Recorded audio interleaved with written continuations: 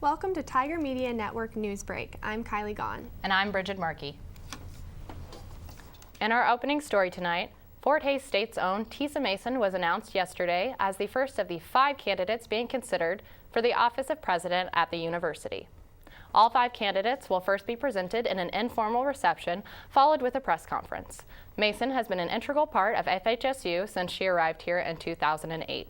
Mason has led the Division of Student Affairs at Fort Hays State since her arrival. Prior to FHSU, Mason worked in student life at the University of Wisconsin-Whitewater.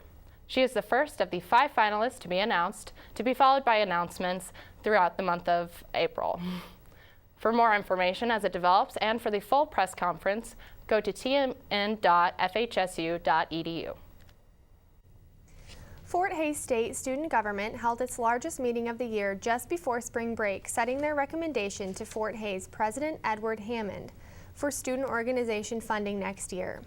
The SGA allocated almost $750,000 out to student groups and the organizations while maintaining their recommended allocations buffer of approximately $50,000. The funding was made possible by the additional $75,000 originally allocated to TMN, the parent group that produces this broadcast, being given back to SGA to allocate to other groups. The allocations bill passed through the Senate with almost no debate, the only 4 organizations funding recommendations being questioned. The largest debate centered around SGA's own funding having increased this year with the addition of a member to the executive board. The final vote had only 2 senators voting nay to the final allocation bill. The full meeting is available to the TMN website. On the Wednesday before spring break, the Fort Hays State University Science Cafe celebrated its 50th meeting with noted science journalist Chris Mooney, presenting the science of why we don't believe in science. Mooney works on the climate desk, writing about science on a weekly basis. According to Mooney, the bottom line is that denying science is a fundamentally emotional process. More often than not, people need a psychological or emotional explanation rather than just a political standpoint. Mooney also made the point that politics is the opposite of rationality. When politics are involved, things are often done wrong. Tonight at 7:30, the Gilbert and Sullivan Players will present the HMS Pinafore. The classic musical is being performed in the Beach Schmidt Performing Arts Center. Tickets are still available and can be purchased at the door. Fort Hays State students receive a discount. Tomorrow, the Center for Student Involvement with Host Diversity, celebrating Women's History Month, the event will have free food for attendees and is scheduled from 1:30 to 3:30 in the Sunset Lounge in the Memorial Union. Can't seem to balance school and dating? You're in luck because tomorrow the Tigers Series Workshop is hosting a free event for students, and the status this time is, it's complicated. Find out how to balance college with dating and other relationships. The event will be from 5 to 6 in the Stouffer Lounge in the Memorial Union. The event is sponsored by the Kelly Center. The Fort Hays State University Concert Choir performed before spring break at Beach Schmidt Performing Arts Center, where they performed numerous songs for people of all ages. The next concert choir scheduled is for May 3rd and will team up with the Hays Symphony Orchestra. Before spring break, the Fort Hays State University bands performed in Beach Schmidt Performing Arts Center under the direction of Jeff Jordan, joined by guest artist Alan Vizzuti. Vizzuti is an American trumpeter, composer, and music educator that was born and raised in Montana, and he first learned trumpet from his father. Since then, Vizzuti has performed in 40 countries and currently lives in Seattle, Washington, where he works and travels throughout North America, making guest appearances at universities. Beginning Monday is Fort Hays State University's Greek Week. Greek Week is a series of events where the 7 Greek organizations come together to compete for the title of Greek Organization of the Year. Not only do the Greek organizations compete for the main trophy, but there are trophies for the chapter with the highest freshman's GPA, chapter overall highest GPA, chapter with the most philanthropy hours, and best performance in intramurals.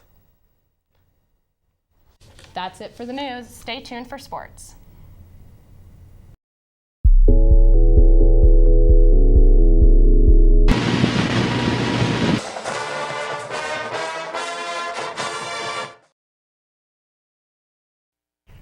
Welcome to TMN Sports.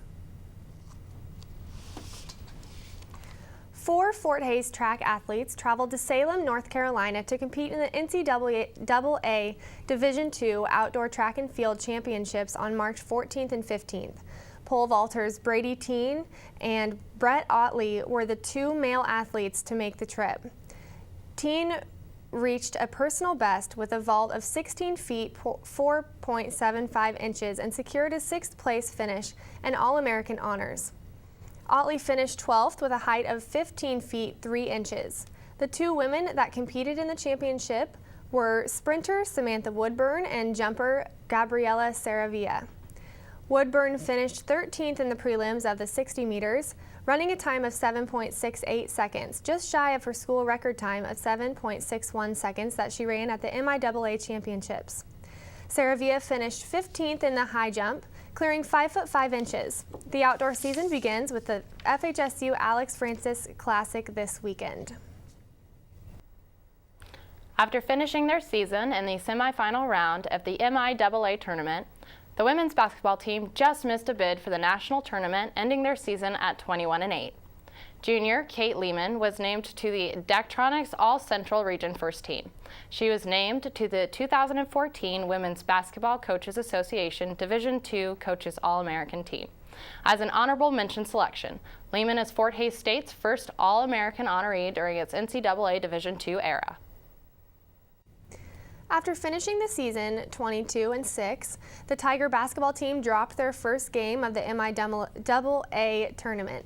Despite the loss, the Tigers received a bid to the NCAA tournament as a number 6 seed in the Central Region bracket. The Tigers faced conference foe Missouri Southern, a team they beat earlier this season. The Tigers traveled to Mankato, Minnesota on Saturday, March 15th to take on the Lions. The Tigers lost in the opening round 69-80, ending their season at 22-8.